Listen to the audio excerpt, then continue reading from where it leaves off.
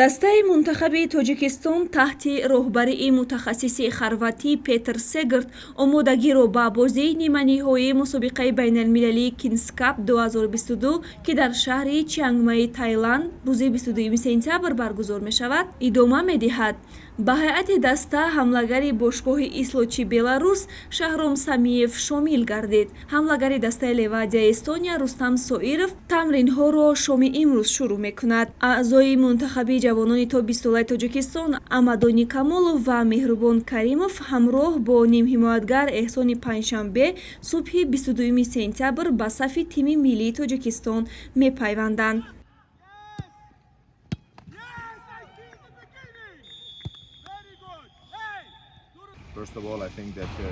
Ситуация такова, что очень был сложный перелет 38 часов, и плюс отсутствуют игроки вышеупомянутые.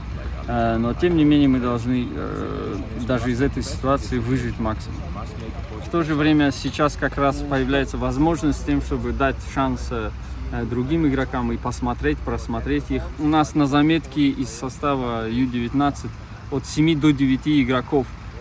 Сюда мы вызвали 2 игрока из этого состава.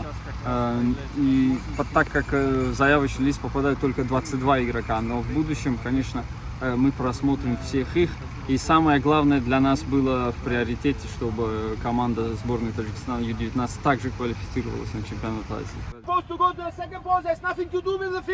қобили зикр аст ки дар даври ниманиҳоии мусобиқаи байналмилалии Kings Cup тими миллии Тоҷикистон бо мунтахаби Тринидад ва Тобаго рақобат мекунад. Ин вохӯрӣ дар варзишгоҳи 700-солагии Чиангмай доир шуда соати 15:30 ба вақти душанбе оғоз мегардад. дар вохӯрии дигари ниманиҳоӣ ҳамон рӯз тимҳои миллии Таиланд ва Малайзия бо ҳам нерӯ месанҷанд.